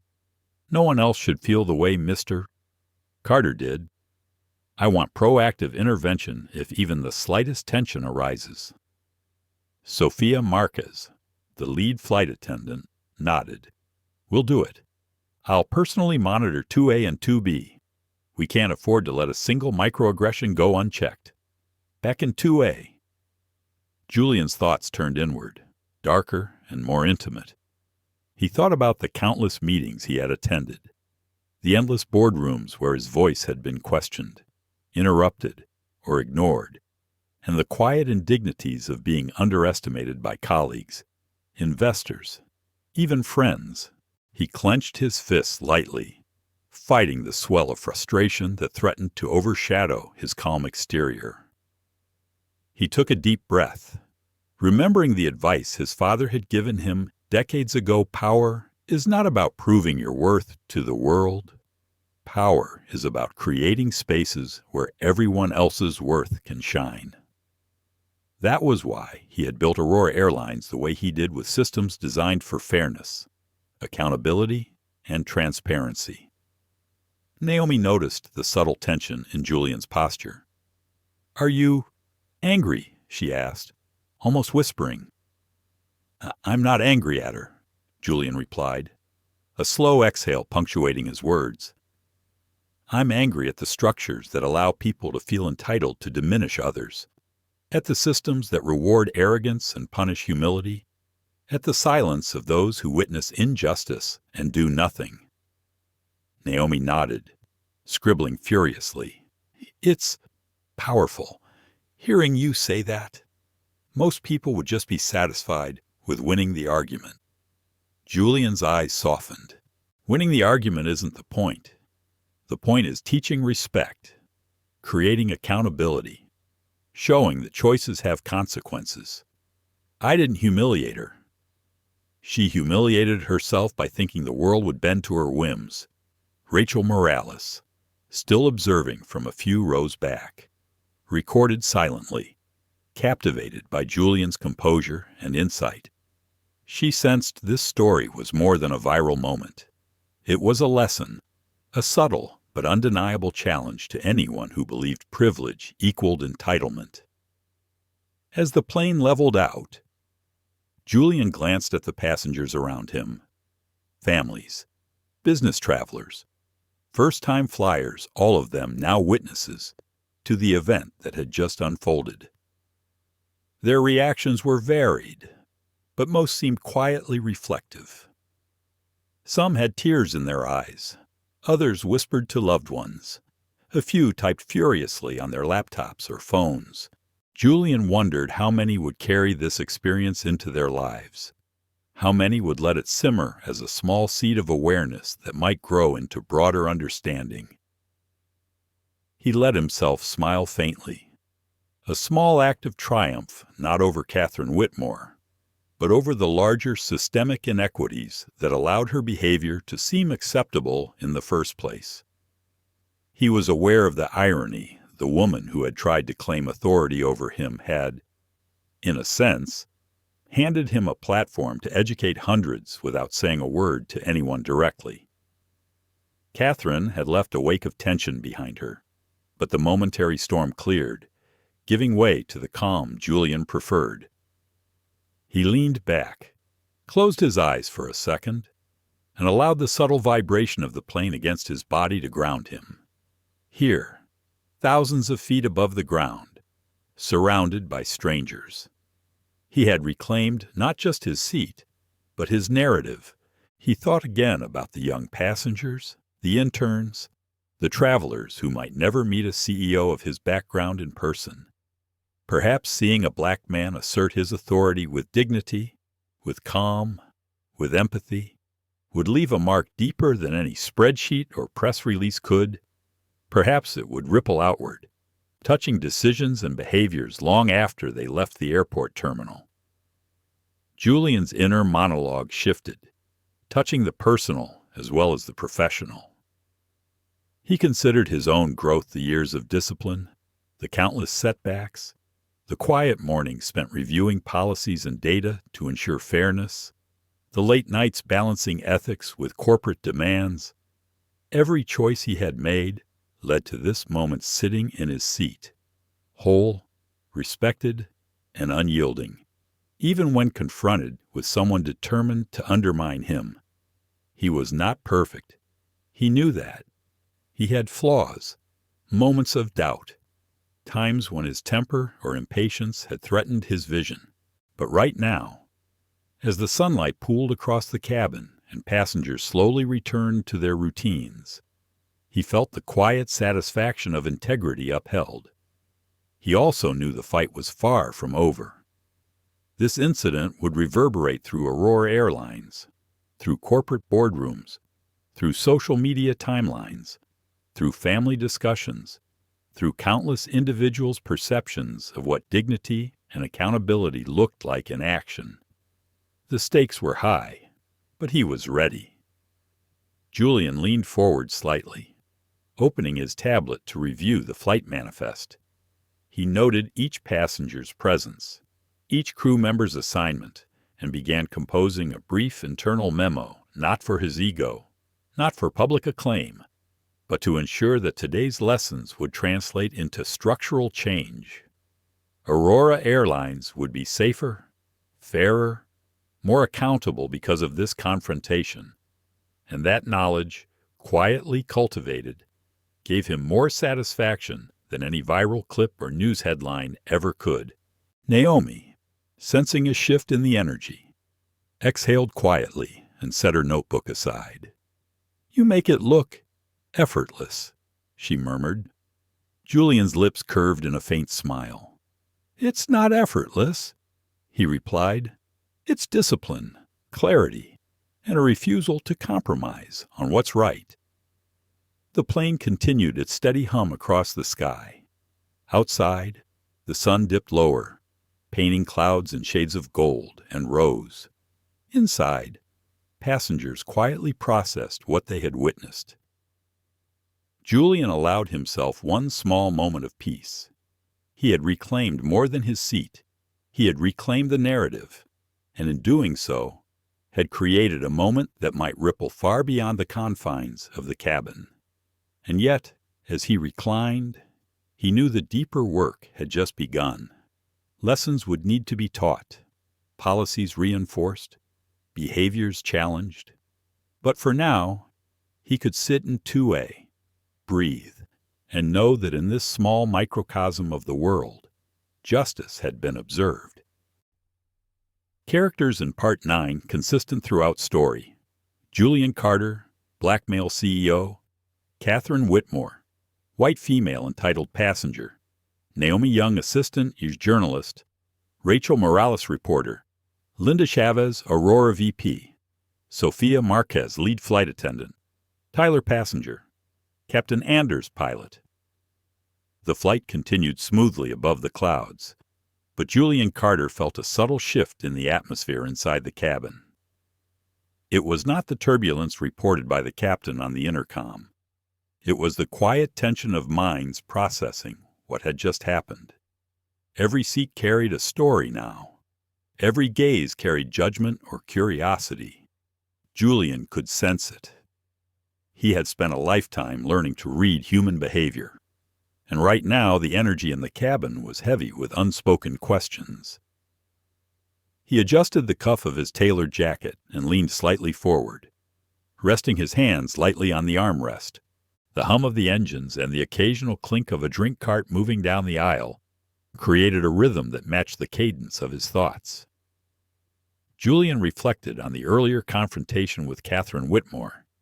Her entitlement had been brazen, almost theatrical, yet predictable.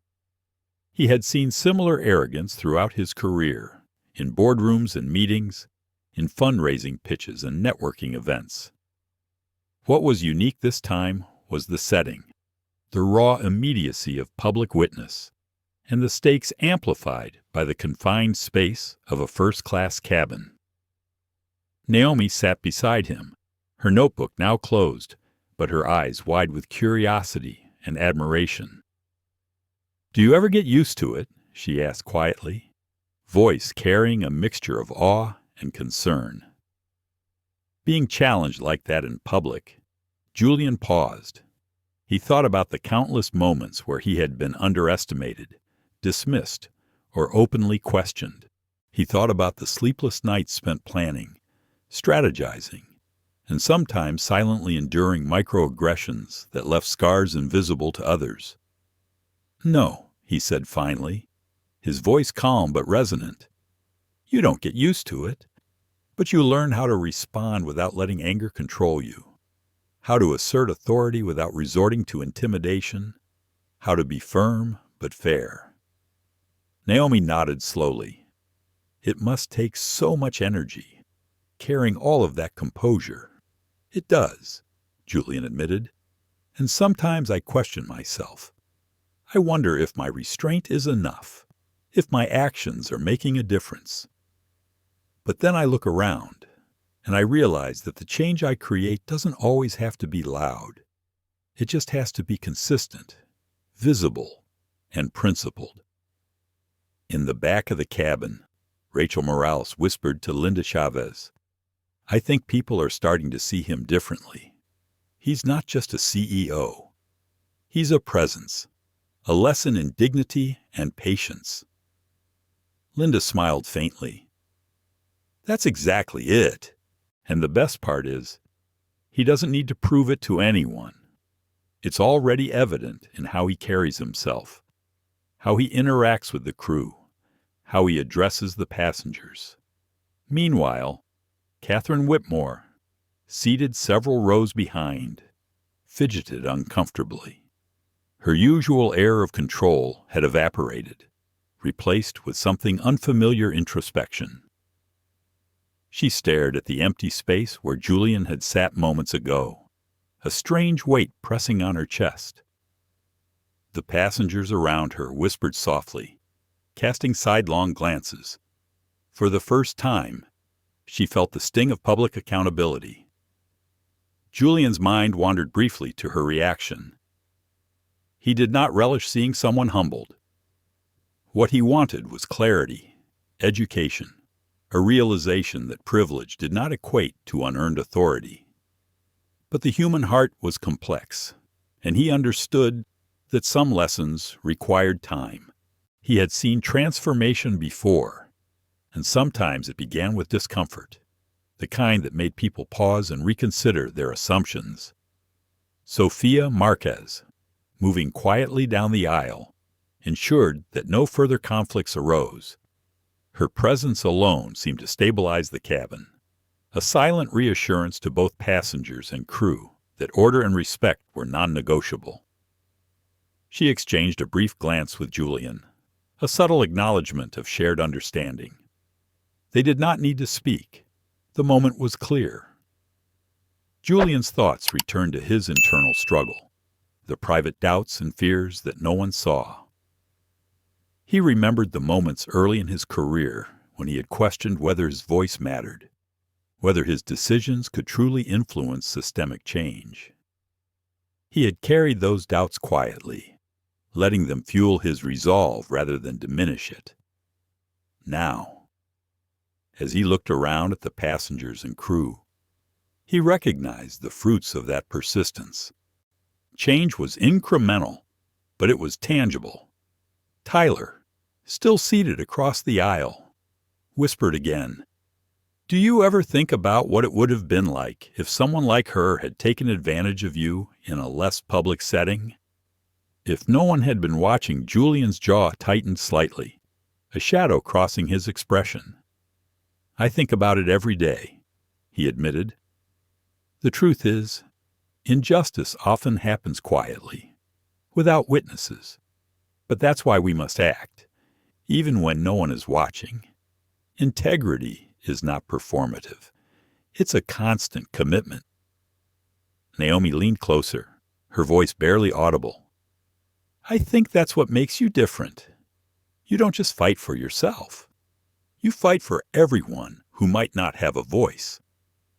Julian allowed himself a small nod. "That's the only way to lead. And it's why I built Aurora Airlines the way I did. Systems, protocols, policies, all designed to prevent what just happened from happening to anyone else." That moment at the gate wasn't just about me.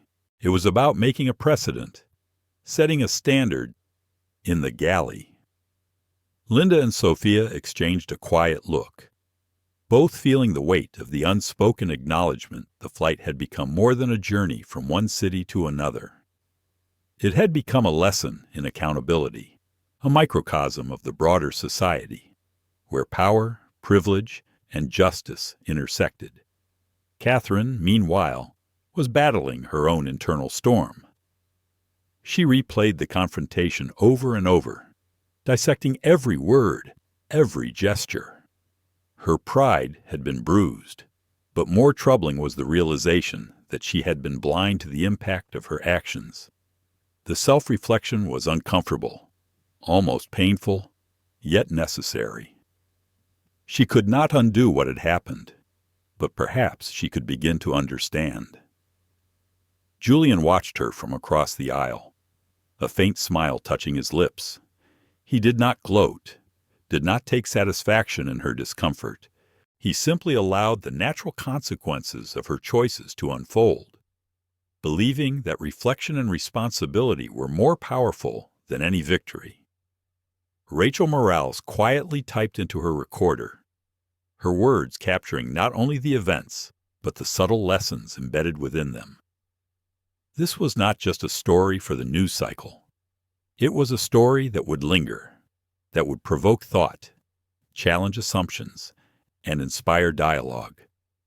Julian's restraint, his clarity, his unwavering commitment to dignity, these were the true headlines.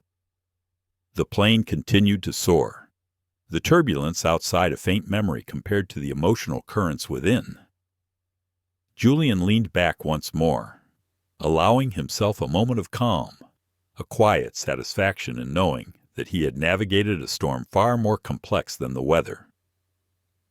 The cabin was still tense, but it was also reflective, a shared experience that would resonate long after the passengers had disembarked. He glanced at Naomi, who was now sketching quietly in her notebook, her brow furrowed in concentration. "Do you ever feel overwhelmed by all of it?" she asked softly. "Every day," Julian admitted. But overwhelm is not the same as defeat. I carry it with me. I process it, and I act.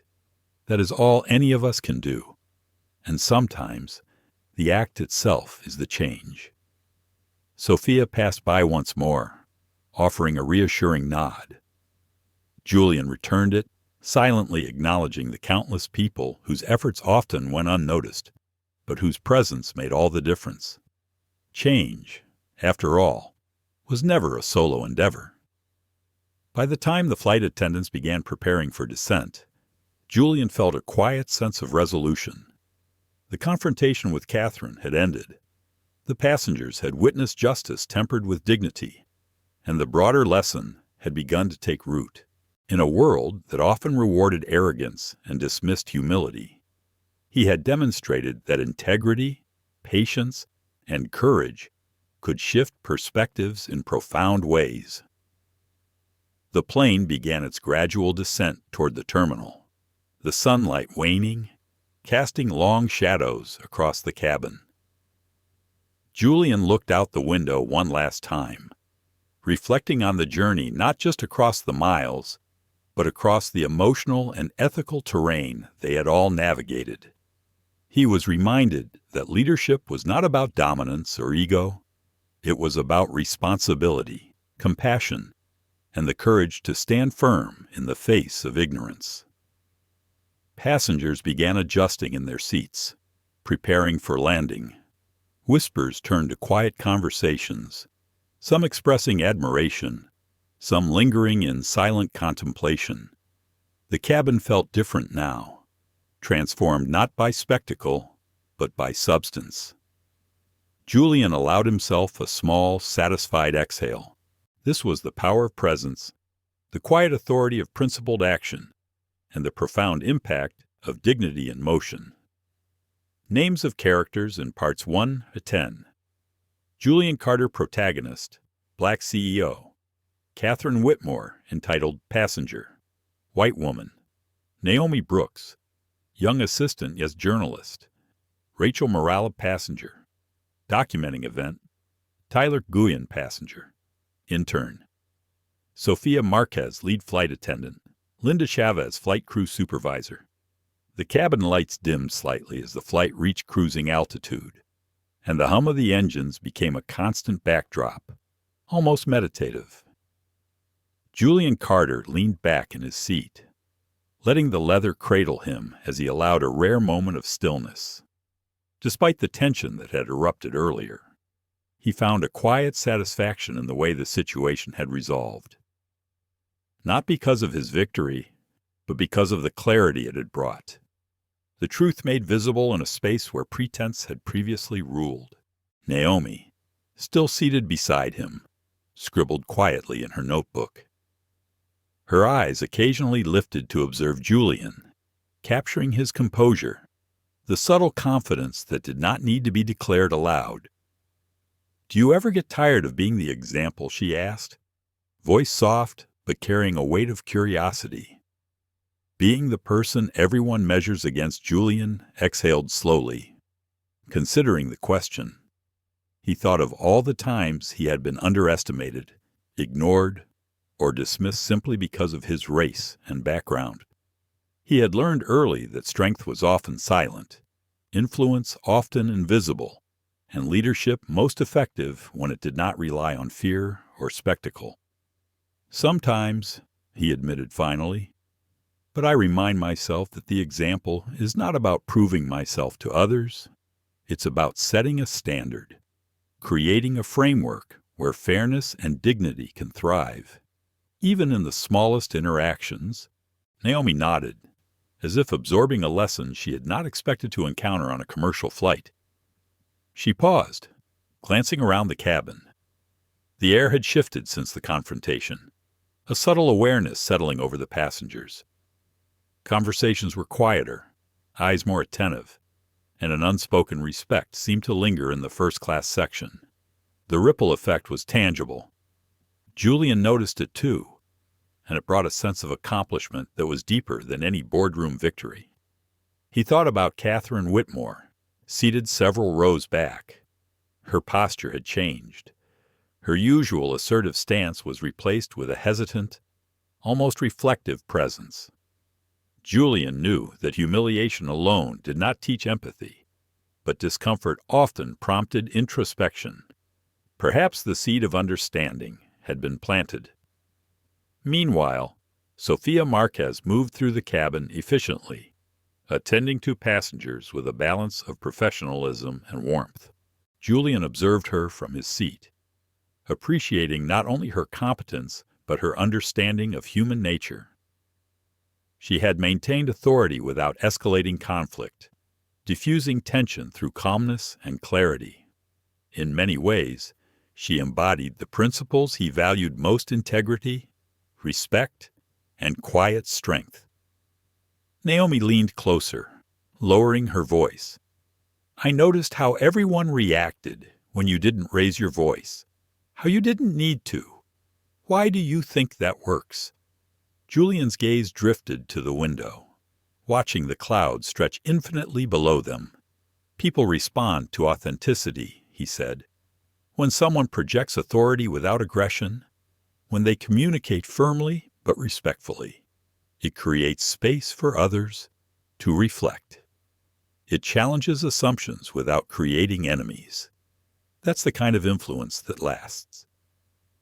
In the back of the cabin, murmurs of conversation had quieted to a subdued hum. Some passengers whispered among themselves, exchanging glances that carried surprise and newfound respect. Others sat silently, perhaps reflecting on their own behavior or the societal structures that had allowed entitlement and bias to persist unchecked. Julian knew the moment was fragile. Awareness alone was not change, but awareness was the first step. Catherine shifted uncomfortably in her seat, her mind spinning. She replayed the confrontation repeatedly, analyzing Julian's calm demeanor, the subtle way he had asserted authority, the undeniable presence that had commanded respect without demanding it.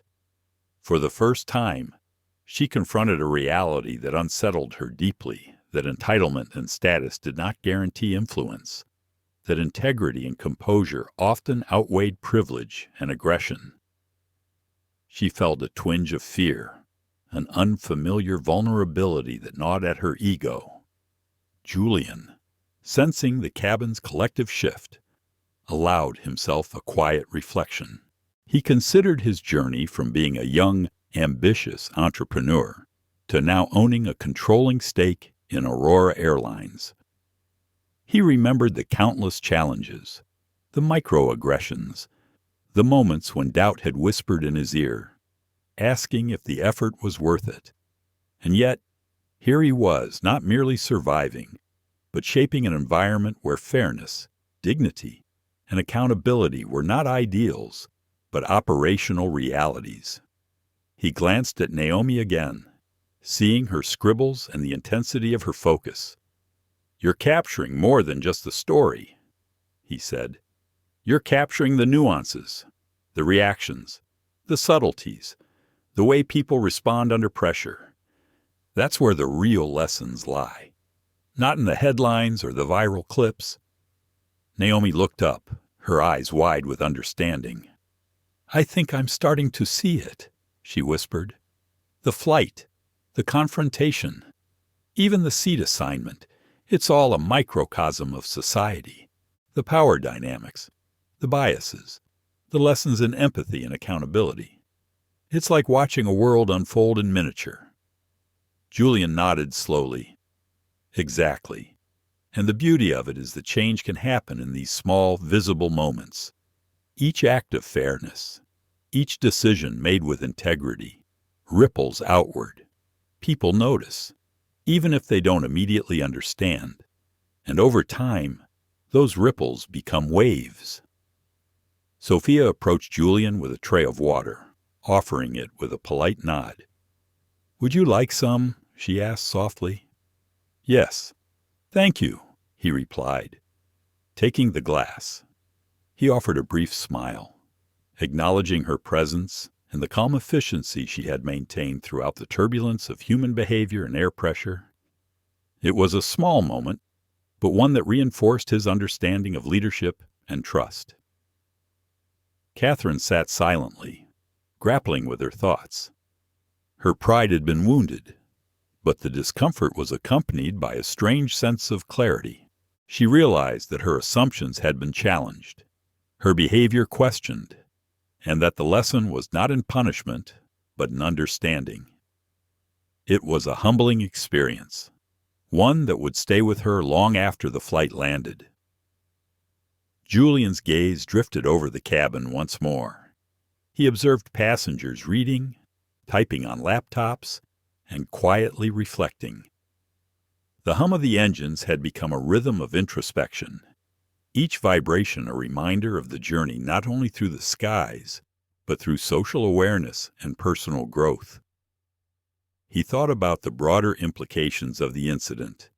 Public spaces, particularly those with visible authority figures, often mirrored societal hierarchies. Entitlement and bias were present everywhere, from airports to boardrooms, from classrooms to public institutions. Yet, the potential for accountability and education was equally present, if approached with calm, clarity, and purpose. Naomi broke the silence again, her voice tinged with awe. Do you ever worry that people won't get it? That the lesson will be missed? Julian considered this, his gaze steady. Sometimes, he admitted, but what matters is that the opportunity for understanding exists. I can't control everyone's reaction, only my own behavior and the environment I help create. Some will learn, some will resist, but every moment of visibility plants a seed. Catherine, still grappling with her internal dialogue, finally lowered her gaze to her hands. The tension in her shoulders eased slightly, a sign that reflection was beginning to take root. Julian could sense the subtle transformation. Though he did not need to intervene, true learning could not be forced. It had to emerge from recognition and introspection. The flight continued over the Atlantic, vast and endless, carrying passengers, dreams, and lessons. Julian felt a quiet satisfaction in the subtle victories, the affirmation of dignity, the exposure of entitlement, and the silent acknowledgement of principles upheld under pressure. These were the moments that defined character, shaped culture, and created pathways for systemic change. Naomi, glancing at her notebook one last time, asked softly, "Do you think the story will go beyond this flight?" Julian smiled faintly, a gentle, knowing expression. Stories have a way of traveling far, especially when they speak to something deeper than the surface. This flight may end, but the lesson has only just begun. As the aircraft glided steadily above the clouds, Julian Carter allowed himself a deep breath, feeling the weight of responsibility and the quiet satisfaction of impact. The world below was vast, unpredictable, and imperfect, yet moments of integrity, visibility, and calm authority could ripple outward, shaping more than a single flight, more than a single seat, more than a single life. He leaned back, closing his eyes for a brief moment, and let the rhythm of the flight carry him. There was still much to be done, many systems to reinforce, countless hearts and minds to reach. But this was a start, and sometimes, Julian reflected, beginnings could be as powerful as endings. Julian Carter leaned back in his seat, watching the landscape below begin to transform as the aircraft descended toward its destination. The sprawling city lights shimmered like constellations on Earth, a reminder of the countless lives intersecting within a single frame. He felt a calm sense of completion, not triumph, as the culmination of hours in the air approached.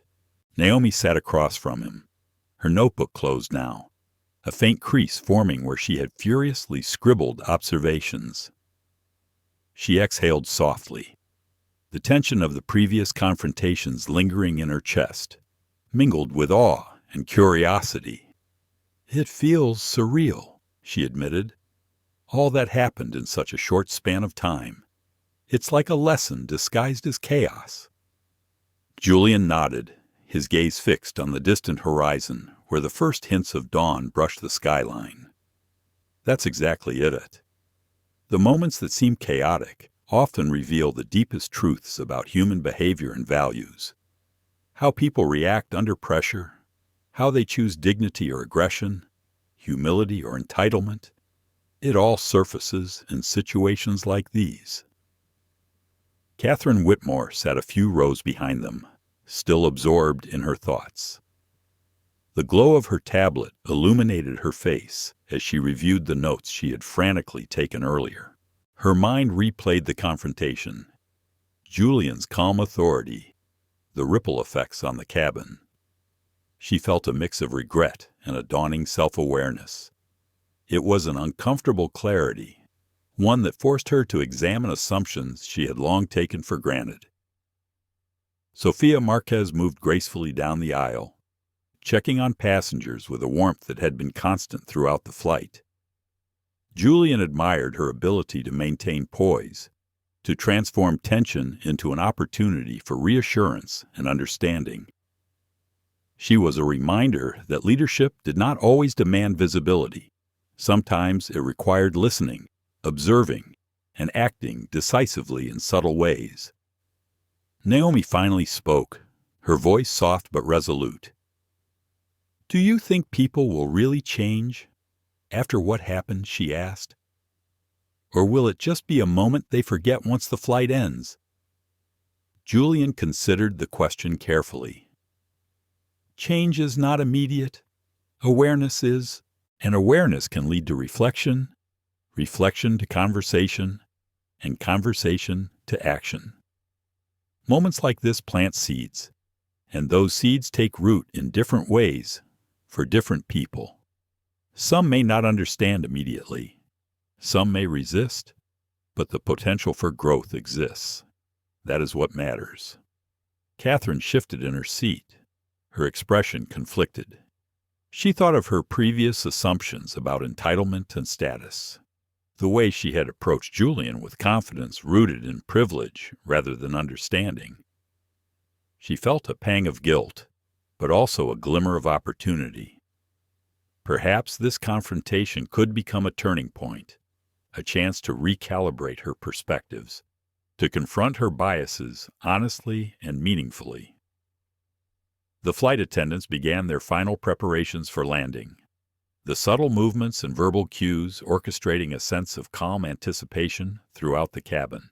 Julian observed quietly, appreciating the synchronization, the attention to detail, and the human touch in an environment often dominated by procedure and automation. As the aircraft descended further, Naomi turned toward Julian. "I've been thinking about the way you handled everything," she said. "The calm, the authority, the restraint.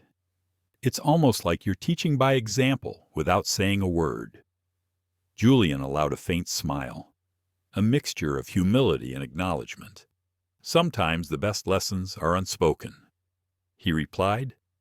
"People notice what you do far more than what you say. Integrity, patience, empathy, they resonate louder than any declaration or reprimand.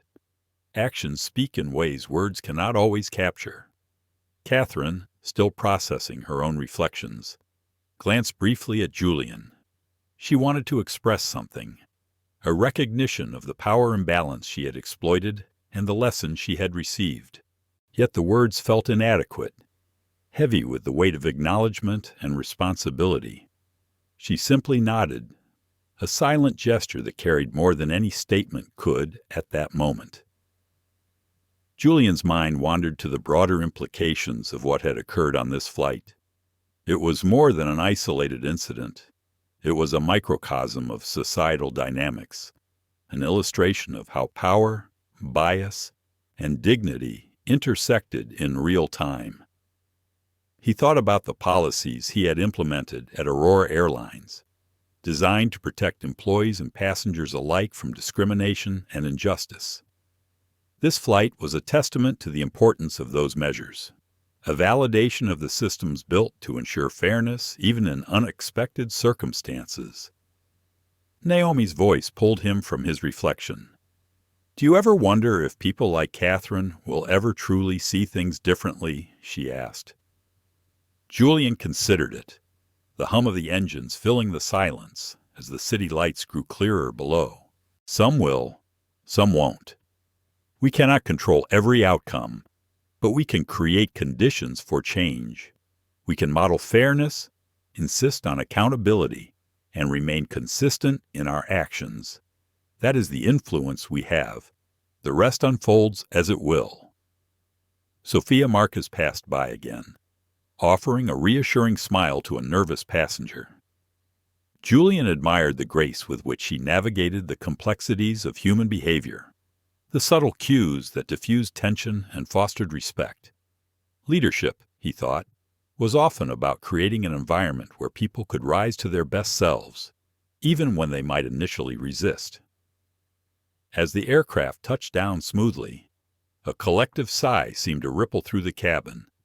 Passengers gathered their belongings, their movements subdued yet purposeful.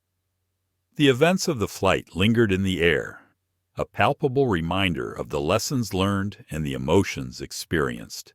Julian watched with quiet satisfaction, knowing that while the flight had ended, the impact would extend far beyond these walls. Naomi scribbled a final note in her notebook, her eyes meeting Julian's with a mixture of admiration and curiosity. "Thank you for allowing me to witness this," she said softly. "It's more than a story.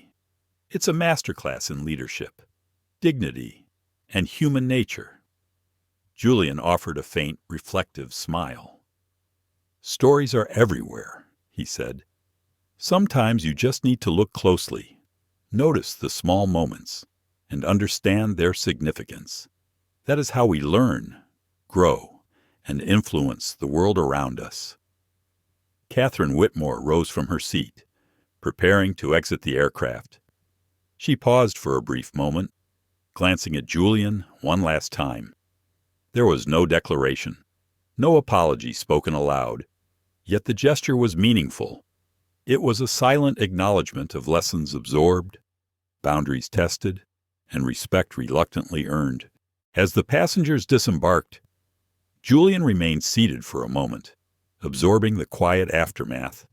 The cabin, once a stage for confrontation and bias, had transformed into a space of reflection, understanding, and subtle reconciliation.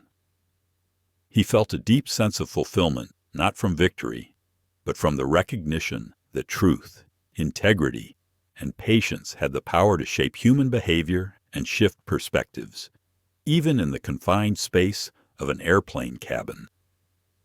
Naomi gathered her materials, ready to leave, but not before offering a final glance at Julian. "This will stay with me," she said softly. "Long after the flight, long after the story is written, I think this moment will continue to teach me." Julian nodded, the city lights now stretching endlessly below them. He thought of the future, of the work yet to be done, the policies to implement, the systems to strengthen, and the people to guide. The flight had ended, but the journey, both literal and metaphorical, was far from over. As he rose to exit the aircraft, Julian Carter carried with him a profound sense of purpose and a quiet confidence that the lessons of this flight, though ephemeral in the eyes of some, would ripple outward in ways both visible and unseen. The city awaited below, vast and intricate, a world full of challenges and possibilities. Julian stepped forward with measured grace, fully aware that influence was not claimed in moments of confrontation alone, but in the steady, consistent acts of integrity, empathy, and leadership that shaped lives over time. As the passengers disembark, the lessons of Flight 917 linger in the air, like the faint hum of the engines. Julian Carter's calm resilience reminds us that true power isn't about entitlement or intimidation, It's about integrity, empathy, and holding firm to what is right, even when the world pressures you to act otherwise.